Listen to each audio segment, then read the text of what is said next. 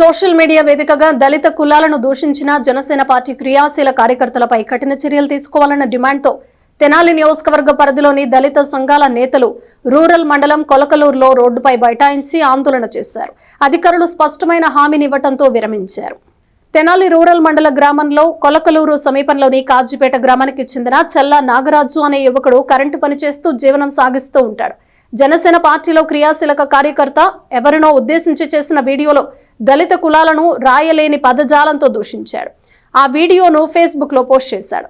దీనిపై దళిత సంఘాల నేతలు పట్టరాని కోపంతో శనివారం సాయంత్రం చలో కొలకలూరు ఆందోళనకు పిలుపునిచ్చారు. అప్పటికప్పుడు దళిత సంఘాల నేతలు దళితులు భారీ సంఖ్యలో కొలకలూరు గ్రామానికి చేరుకున్నారు. గ్రామం నడిబొడ్డులోని గుంటూరు నందివెలుగు ప్రధాన రహదారిపై బైఠాయించి ధర్నా చేశారు. ధర్నాను ఉద్దేశించి దళిత సంఘాల నేతలు మాట్లాడారు. జనసేనలో క్రియాశీలక కార్యకర్తగా ఉన్న నాగరాజు దళిత కులాలను చెప్పరాని భాషలో దూషించడాన్ని చూస్తూ ఉంటే రక్తం మరుగుతోందని మండిపడ్డారు. దళితుల పుట్టుకను ప్రశ్నార్థకంగా మాట్లాడుతూ చేసిన వ్యాఖ్యలు హేయమైనవని అన్నారు.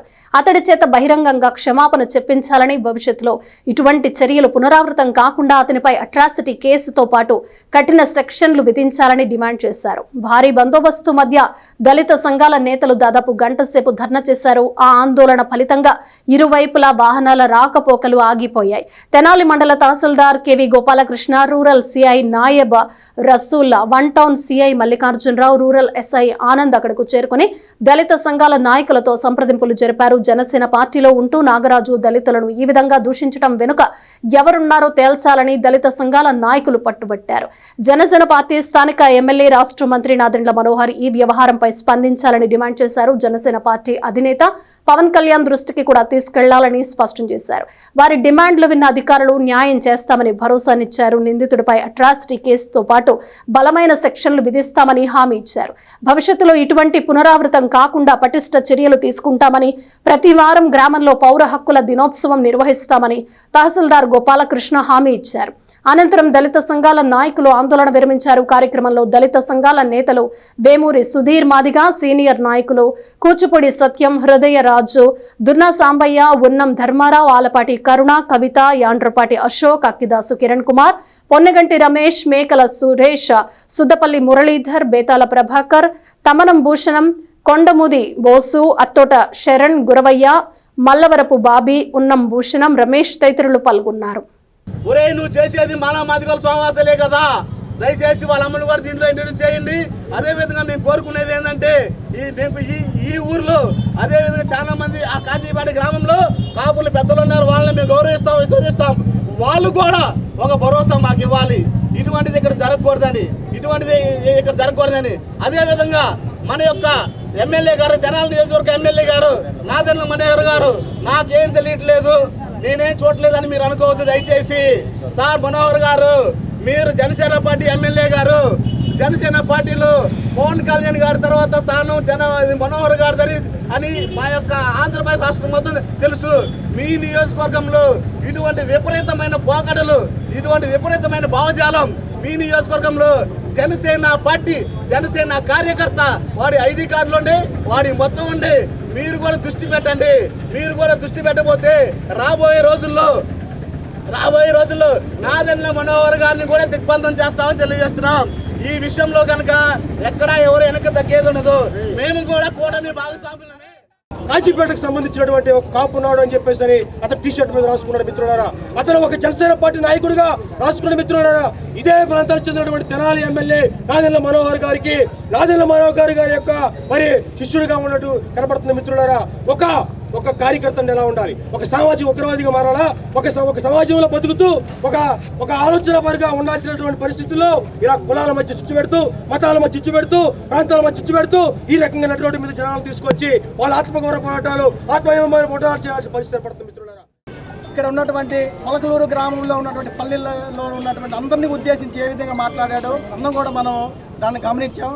అది చాలా అతను క్షమార్హుడు. ఎందుకంటే తదుపరి మళ్ళీ అతను ఇంకొక వీడియో చేసి నన్ను క్షమించండి, నేను ఆవేశపూరితులు అనలేదు, నేను చేసింది తప్పే అన్నాడు. కానీ అతను చేసినది క్షమార్హం అన్నమాట. ఏదైనప్పటికీ మన దళిత సమాజం అంతా ఐక్యంగా ఉండి ఇలాంటివన్నీ కూడా పునరావృతం కాకుండా కూడా చూడాలి. ప్రభుత్వం వారు కూడా ఆ బిడ్డని ఎమ్మటనే శిక్షించాలి. ఏ విధంగా శిక్షించాలి? ఈ దళిత వాడలో ప్రతి ఒక్క గృహానికి తిప్పి ప్రతి ఒక్క తల్లికి కూడా అతను క్షమాపణ చెప్పాలని కూడా మేము డిమాండ్ చేస్తున్నాం. విధంగా ఇంకా దీంట్లో ఏ విధంగా కుట్రపూరితంగా ఎవరెవరైతే ఇన్వాల్వ్ ఉన్నారో వాళ్ళందరినీ కూడా ఈ కేసులో కూడా వాళ్ళందరినీ కూడా ముద్దాలుగా చేర్పించాలని చేస్తూ ఈ యొక్క వాళ్ళ మదర్ గారిని కూడా ఏముంది అందరూ మనం విన్నాం కూడా. కాబట్టి అందరం ప్రతి ఒక్కరం కూడా ఇందాక సోదరులు చెప్పినట్టుగా గత 2-3 రోజుల్లో కూడా ఈ సమస్యకు పరిష్కారం కాకపోతే రాబోయే రోజుల్లో కూడా దీన్ని ఉధృతంగా చేసి ముందుకు తీసుకెళ్తామని కూడా సభాముఖంగా మాదిగోడు మాలోడు ఎట్ట పుట్టాడు అనే అంశం మీద మాట్లాడాడు. మనందరం ఈ సందర్భం ఐక్యంగా ఉండి కాదు, ప్రతి విషయంలోనూ ఐక్యంగా నుండి అసలు మనమేంటి, మన భవిష్యత్తు ఏంటి, మనం ఓట్లు వేసుకోవడానికి ఉపయోగపడుతున్నాం.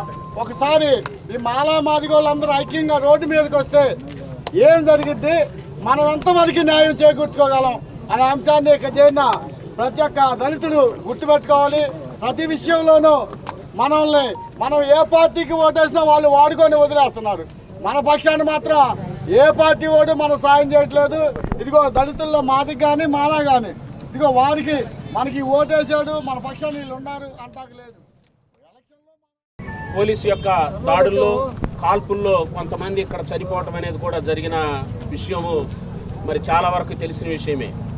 అలాంటివి ఈ గ్రామంలో పునరావృతం కాకుండా ఎంతకాలం నుంచి స్నేహంతో ప్రతి ఒక్కళ్ళము చాలా స్నేహంగా కలిసిమెలిసి జీవిస్తున్న ఈ క్రమంలో మరి ఇలాంటి అమానుష్యమైనటువంటి ఘటన జరగటం అనేది చాలా ఇబ్బందికరంగా ఉంది.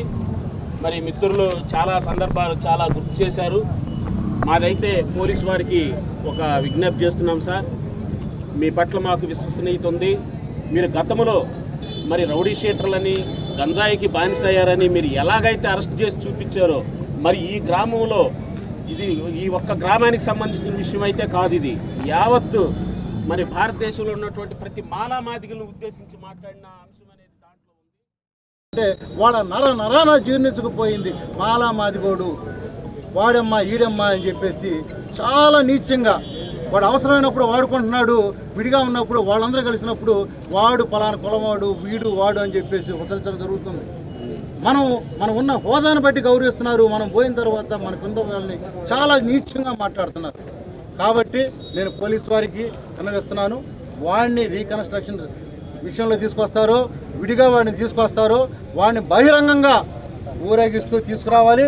కులం పేరుతో దూషిస్తే గుంటూరు జిల్లా నడిబొడ్డులో ఉన్న కొలకలూరు గ్రామంలో ఇట్లా జరిగింది, ఇంకెక్కడా కూడా కులం పేరుతో ఎవడు కూడా నూరెత్తడానికి లేకుండా చేయాల్సిన బాధ్యత పోలీసు వారు తీసుకోవాలి. లేకపోతే వాళ్ళ అమ్మగారిని కేసులో చేర్చాలి. ఈ వీడియోలో కొంత భాగం వేరే వాళ్ళు తీసినట్లా ఉంది, అది కూడా విచారించండి. ఎందుకంటే వాడు ఈ విధంగా ఒక మాట అని వదిలలేదు, చాలా దారుణంగా ఒక్కొక్క పాయింట్ చదివితే మొత్తం దగ్గర 2 పేజీలు అయింది. ఆ రాజ్యాంగాన్ని కూని చేసే విధంగా, ప్రజాస్వామ్యాన్ని కూని చేసే విధంగా, కులాల మధ్య చిచ్చు పెట్టే విధంగా, మతాల మధ్య చిచ్చు పెట్టే విధంగా ఈ రోజున ఈ కూటమి ప్రభుత్వం ఉందని చెప్పి కూడా ఈ సందర్భంగా తెలియజేసుకుంటున్నాం. ఈ కూటమి ప్రభుత్వంలో మాదిగల గెలుపు, టీడీపీ గెలుపు, మాదిగల గెలుపు, జనసేన గెలుపు, మాదిగల గెలుపు, నాదెండ్ల మనోహర్ గెలుపు, మాదిగల గెలుపు, పెమ్మసాని గెలుపు అనే విధంగా మేము ఈ జిల్లా మొత్తం కూడా తిరిగి ఈ రోజున గెలిపించడం జరిగింది. కానీ ఈ కూటమి ప్రభుత్వం వచ్చిన తర్వాత దళితుల మీద కుల వివక్ష పేరుతోటి, దాడుల పేరుతోటి అనేక విధంగా జరుగుతున్న విషయాన్ని కూడా ఈ సందర్భంగా తెలియజేసుకుంటూ, ఎవరైతే కులంతో దూషించి అసభ్యకరంగా మాట్లాడి ఈ కులంలో పుట్టినందుకు మేము బాధపడే విధంగా మాట్లాడినందుకు ఈ సందర్భంగా ఒకటే విషయం తెలుస్తున్నాం. అనుకునే రోజుల్లో కూడా మరి ఇలాంటి పరిస్థితి ఉందంటే నిజంగా సిగ్గుతో తలదించుకోవాల్సిన పరిస్థితి నాకు కూడా అర్థమైపోయింది. ఆ వీడియో ఒక్కసారి చూడాలంటేనే నాకు మనసుకి చాలా కష్టం అనిపించింది.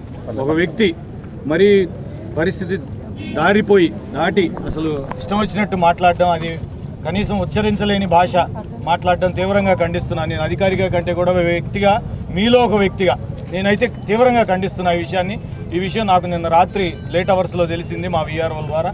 వెంటనే ఎస్ఐ గారితో మాట్లాడాం, డిఎస్పీ గారితో మాట్లాడాం. ఇమీడియట్గా పోలీసు వారు 12 సెక్షన్లతో ఎఫ్ఐఆర్ రిజిస్టర్ చేశారు. 5 సెక్షన్లు బిఎన్ఎస్, అట్లాగే 2 సెక్షన్లు ఐటీ యాక్ట్, ఒక 5 సెక్షన్లు ఎస్సీ ఎస్టీ పిఓఈ యాక్ట్, కఠినమైన సెక్షన్లన్నీ పెట్టారు. నేను ఇంకోటి కూడా చెప్తున్నా, ఒక స్టెప్ ముందుకు వచ్చి దీంట్లో నేను కూడా వ్యక్తిగా ఇంప్లీడ్ అవుతా. అతని మీద చర్యలు తీసుకునే క్రమంలో ఏదైతే చట్ట ప్రకారం మనం చర్యలు తీసుకోవాలో అది మీ వైపు నుంచి పూర్తి మద్దతు నేను ప్రకటించి దాంట్లో ఇంప్లీడ్ అయ్యి అతనికి శిక్ష పడే వరకు నేను కూడా మీతో తోడుగానే ఉంటాను. ఇకపోతే ఒక వ్యక్తి ఏదో సభ్యత్వం తీసుకునో లేకపోతే ఒక పార్టీ రంగో ఏదో పులుముకొని వ్యవస్థ మొత్తాన్ని కంపు చేయడం అనేది అసలు ఖండించాల్సిన అంశం. అసలు ఇదేం పరిస్థితో అర్థం కావట్లా. కొలకలూరు నేను మొన్న కూడా ఫంక్షన్కి వచ్చాం, మనం ఇదే స్కూల్లో వచ్చాం, అందరం చక్కగా ఫంక్షన్ చేసుకున్నాం. నేను ఆ రోజు చాలా ఆనందపడ్డా. మరి ఇలాంటి పరిస్థితి అదే భలే ఉంది, హ్యాపీగా ఉంది, అందరం కలిసి మంచి ఫంక్షన్ చేసుకున్నాం అనుకుంటే మరి ఇట్లా కొంతమంది వ్యక్తులు ఇలా తయారయ్యి ఓ వ్యవస్థను టార్గెట్ చేసి మాట్లాడడం అనేది ఇది మా వైపు నుంచి, పోలీస్ వైపు నుంచి, మా రెవెన్యూ అడ్మినిస్ట్రేషన్ తరఫు నుంచి పూర్తిగా మీకు సహాయ సహకారాలు అందిస్తాం. మీ డిమాండ్లు ఏవైతే ఉన్నాయో, మీరు ఏదైతే చెప్పారో ప్రతి విషయాన్ని కూలంకషంగా పరిశీలించి అన్నీ నెరవేరుస్తాం, అందులో అనుమానం ఏం లేదు. అలాగే గౌరవనీయులైన మంత్రివర్యులు గారి నోటీసుకు కూడా తీసుకెళ్తాం ఈ విషయాన్ని. ఏదైతే మీకు ఎంత మటుకు మీ వైపు నుంచి మేము నిలబడి ఉండాలో అంత మటుకు 100% నిలబడతాం. న్యాయం జరిగే వరకు ఈ పోరాటంలో మేము కూడా భాగస్వామ్యం వహిస్తాం. దయచేసి నేను మీ అందరినీ వేడుకుంటున్నా, రిక్వెస్ట్ చేస్తున్నా, ఈ ధర్నా ఇక్కడితో ముగించండి. భవిష్యత్తులో ఇలాంటి అవసరాలు పరిస్థితులు కూడా రాకుండా, ప్రజలు రోడ్డు ఎక్కకుండా, ఎవరైతే పర్టికులర్ పర్సన్స్ ఉన్నారో ఆ ఏరియాలో యాక్చువల్గా నేను ఇప్పటిదాకా ప్రతి నెల 30వ తారీఖు చివరి రోజున సివిల్ రైట్స్ డే ఒకటి కండక్ట్ చేస్తాం. మేము కొలకలూరులో కూడా కండక్ట్ చేశాను పంచాయతీ ఆఫీస్లో. ఉద్యమాల గడ్డ కొలకలూరు గడ్డ, అలాంటి గ్రామంపై నుంచే పక్క గ్రామమైన కాజీపేట నుంచి ఒక నాయకుడు, ఒక కాపు కులానికి సంబంధించిన యువకుడు ఇష్టం వచ్చినట్టు మాట్లాడితే సభ్య సమాజం చూస్తూ ఊరుకుంటుందేమో కానీ మాలా మాదిగలు చూస్తూ ఊరుకోరు. మీరు వెంటనే ప్రభుత్వం వారికి ఒక హెచ్చరిక చేస్తూ ఉన్నాం. ఈ ఎన్డీఏ కూటమి వచ్చిన తర్వాత జరుగుతున్న దాడులన్నీ మనం ఒకసారి పరిశీలిస్తే కేవలం దళితుల మీద జరుగుతున్న మాలా మాదిగల మీద జరుగుతున్నాయి. అది సరి చేసుకోవాలి. ఎన్డీఏ కూటమి గెలుపు కోసం అందరం కూడా కలిసికట్టుగా పనిచేసి మీకు అధికారం ఇస్తే మా మీద దాడులు చేయమని చెప్పి ఎక్కడా లేదు. మా మేళ్ళు దాడులు చేస్తే మీరు అధికారులు రావడం కోసం ఏ విధంగా అయితే మేము కష్టపడి పనిచేసామో, మిమ్మల్ని అధికారం దించడానికి కూడా పద్మశ్రీ మందకృష్ణ అధికారి నాయకత్వంలో మేము అధికారం దించే వరకు కూడా కష్టపడి పనిచేస్తామని చెప్పి సందర్భం తెలియజేస్తా ఉన్నాం. ఒకటే హెచ్చరిక చేస్తా ఉన్నాం, నాగరాజుని శిక్షించామని చెప్పి డిఎస్పీ గారు ఉదయం చెప్పారు. నాగరాజుని మేము అరెస్ట్ చేసాం, మా కస్టడీలో ఉన్నాయని చెప్పారు. నాగరాజుని అరెస్ట్ చేసి ఏ స్థితిలో ఉంచారో మీకు తెలుసు. మీరు ఒకసారి నాగరాజు దగ్గర నుంచి బహిరంగ క్షమాపణ మీరు మా అందరి ఆధ్వర్యంలోనే జరగాలి. ఎక్కడైతే